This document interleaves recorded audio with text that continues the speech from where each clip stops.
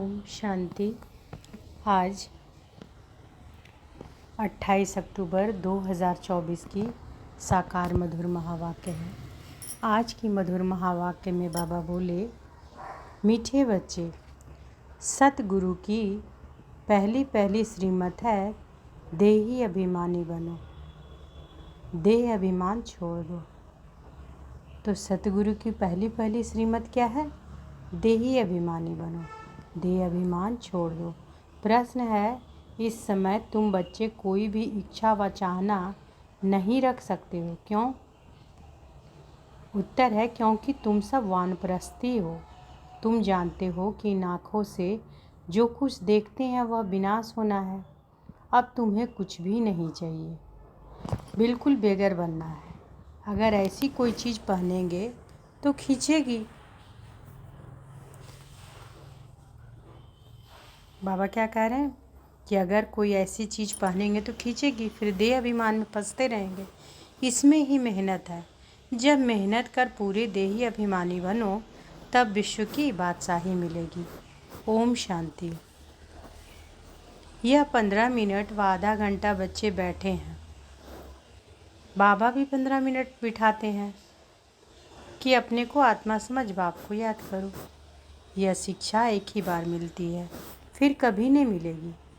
सतयुग में ऐसे नहीं कहेंगे कि आत्माभिमानी हो बैठो। यह एक ही सतगुरु कहते हैं, उनके लिए कहा जाता है। एक सतगुरु तारे, बाकी सब बोरे यानी डुबोए। उनके लिए क्या कहा जाता है? बाबा के लिए, सतगुरु के लिए क्या कहा जाता है? एक सतगुरु तारे, बाकी सब बोरे डुबोए। यहाँ बाप तुमको देही अभिमानी बनाते हैं, खुद भी देही है ना। समझाने के लिए कहते हैं कि मैं तुम सभी आत्माओं का बाप हूँ। उनको तो देही बन बाप को याद नहीं करना है।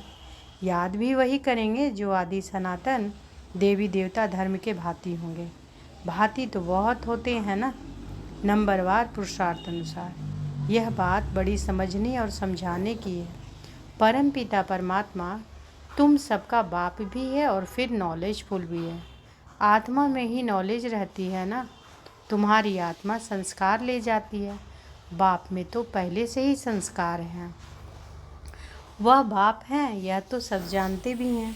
फिर दूसरी उसमें खूबी हैं जो उसमें ओरिजिनल नॉलेज है, बीज रूप है।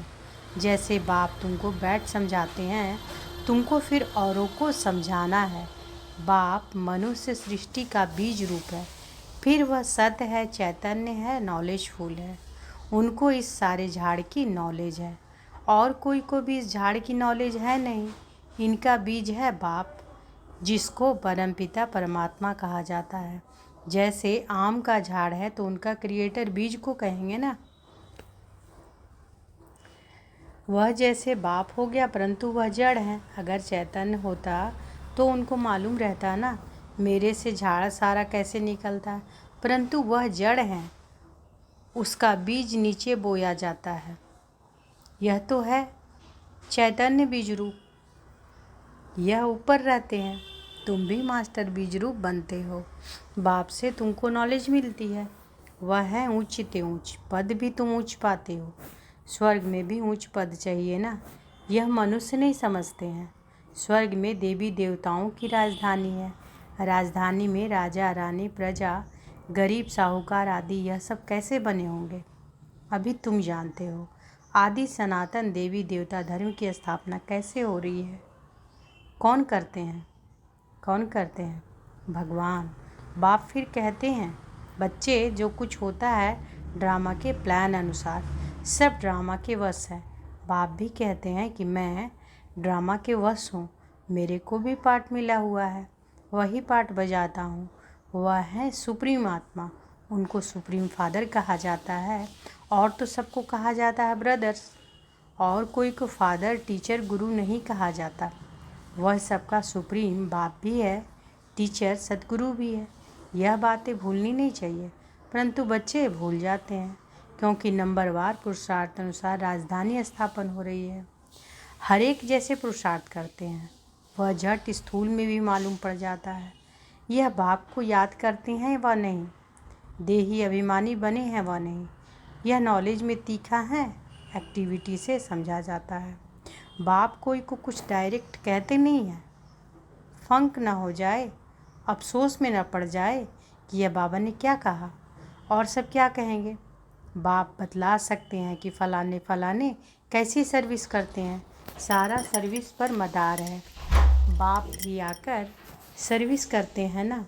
बच्चों को ही बाप को याद करना है। याद की सब्जेक्ट ही डिफ़िकल्ट है। बाप योग और नॉलेज सिखाते हैं। नॉलेज तो बहुत सहज है, बाकी याद में ही फेल होते हैं, देह अभिमान आ जाता है। तो बाबा क्या कह रहे हैं कि बाप योग और नॉलेज सिखाते हैं। नॉलेज तो बहुत सहज है, बाकी याद में ही फेल होते हैं, देह अभिमान आ जाता है। फिर यह अच्छी चीज़ चाहिए, ऐसे ऐसे ख्यालात आते हैं। बाप कहते हैं कि यहाँ तुम वनवास में हो ना, तुमको तो अब वानप्रस्थ में जाना है। फिर कोई भी ऐसी चीज़ नहीं पहन सकते हैं। अगर ऐसी कोई दुनियावी चीज़ होगी तो खींचेगी, शरीर भी खींचेगा, घड़ी घड़ी देह अभिमान में ले जाते हैं। इसमें है मेहनत बगैर विश्व की बादशाही थोड़े ही मिल सकती है।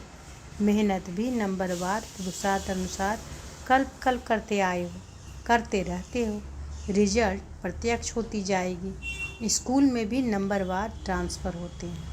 टीचर समझ जाते हैं कि फ़लाने ने अच्छी मेहनत की है, इनको पढ़ाने का शौक़ है। फीलिंग आती है, उसमें तो एक क्लास से ट्रांसफ़र हो दूसरे में, फिर तीसरे में आ जाते हैं। यहाँ तो एक ही बार पढ़ना है। आगे चल जितना तुम नज़दीक आते जाएंगे उतना सब मालूम पड़ता जाएगा। यह बहुत मेहनत करनी है, ज़रूर उच्च पद पाएंगे, यह तो जानते हैं। कोई राजा रानी बनते हैं, कोई क्या बनते हैं, प्रजा भी तो बहुत बनती है। सारा एक्टिविटी से मालूम पड़ता है यह देह अभिमान में कितना रहते हैं, इनका कितना लव है बाप से। बाप के साथ ही लव चाहिए ना, भाई भाई का नहीं। भाइयों के लव से कुछ मिलता नहीं है, वर्षा सबको एक बाप से मिलना है। बाप कहते हैं कि बच्चे अपने को आत्मा समझ मुझे याद करो तो तुम्हारे पाप कट जाएं। मूल बात ही यह है, याद से ताकत आएगी, दिन प्रतिदिन बैटरी बढ़ती जाएगी, क्योंकि ज्ञान की धारणा होती जाती है ना। तीर लगता जाता है। दिन प्रतिदिन तुम्हारी उन्नति नंबरवार पुरुषार्थ अनुसार होती रहती है। यह एक ही बाप टीचर सद्गुरु हैं जो देही अभिमानी बनने की शिक्षा देते हैं और कोई दे ना सके। और तो सब हैं देह अभिमानी, आत्माभिमानी की नॉलेज कोई को मिलती ही नहीं। कोई मनुष्य बाप टीचर गुरु हो न सके। हर एक अपना अपना पार्ट बजा रहे हैं।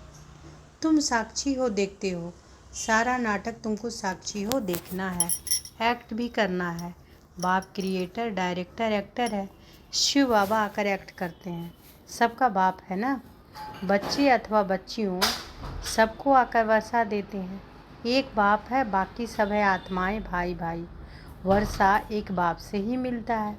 इस दुनिया की तो कोई चीज़ बुद्धि में याद नहीं आती है। बाप कहते हैं जो कुछ देखते हो यह सब विनाशी है, अभी तो तुमको घर जाना है। वो लोग ब्रह्म को याद करते हैं, गोया घर को याद करते हैं, समझते हैं कि ब्रह्म में लीन हो जाए। इसको कहा जाता है अज्ञान। मनुष्य मुक्ति जीवन मुक्ति के लिए जो कुछ कहते हैं वह रॉन्ग है, जो कुछ युक्ति रचते हैं सब है रॉन्ग। राइट रास्ता तो एक ही बाप बतलाते हैं। बाप कहते हैं कि हम तुमको राजाओं का राजा बनाता हूँ ड्रामा प्लान अनुसार। कई कहते हैं कि हमारी बुद्धि में नहीं बैठता, बाबा हमारा मुख खोलो, कृपा करो। बाप कहते हैं कि इसमें बाबा को तो कुछ करने की बात ही नहीं है, मुख्य बात है तुमको डायरेक्शन पर चलना है। बाप का ही राइट डायरेक्शन मिलता है, बाकी सब मनुष्यों के रॉन्ग डायरेक्शन, क्योंकि सब में 5 विकार है ना। नीचे उतरते उतरते रॉन्ग बनते जाते हैं। क्या क्या रिद्धि सिद्धि आदि करते रहते हैं, उनमें सुख नहीं है, तुम जानते हो। यह सब अल्पकाल के सुख है, उनको कहा जाता है कागविष्ठा समान सुख। सीढ़ी के चित्र पर बहुत अच्छी रीति समझाना है और झाड़ पर भी समझाना है। कोई भी धर्म वाले को तुम दिखा सकते हो, तुम्हारा धर्म स्थापन करने वाला फलाने फलाने समय पर आता है, क्राइस्ट फलाने टाइम पर आएगा। जो और धर्मों में कन्वर्ट हो गए हैं उन्हों को यह धर्म ही अच्छा लगेगा, फट निकल आएंगे। बाकी कोई को अच्छा नहीं लगेगा तो वो पुरुषार्थ ही कैसे करेंगे। मनुष्य को फांसी पर चढ़ाते हैं। तुमको तो एक बात की ही याद में रहना है, यह बड़ी मीठी फांसी है। तो मीठी फांसी क्या है? बाबा की याद। आत्मा की बुद्धि का योग है बाप की तरफ। आत्मा की बुद्धि का योग किसकी तरफ है? बाप की तरफ। आत्मा को कहा जाता है कि बाप को याद करो, यह याद की फांसी है। फादर तो ऊपर रहते हैं ना। तुम जानते हो कि हम आत्मा है, हमको बाप को ही याद करना है। यह शरीर तो यहाँ ही छोड़ देना है।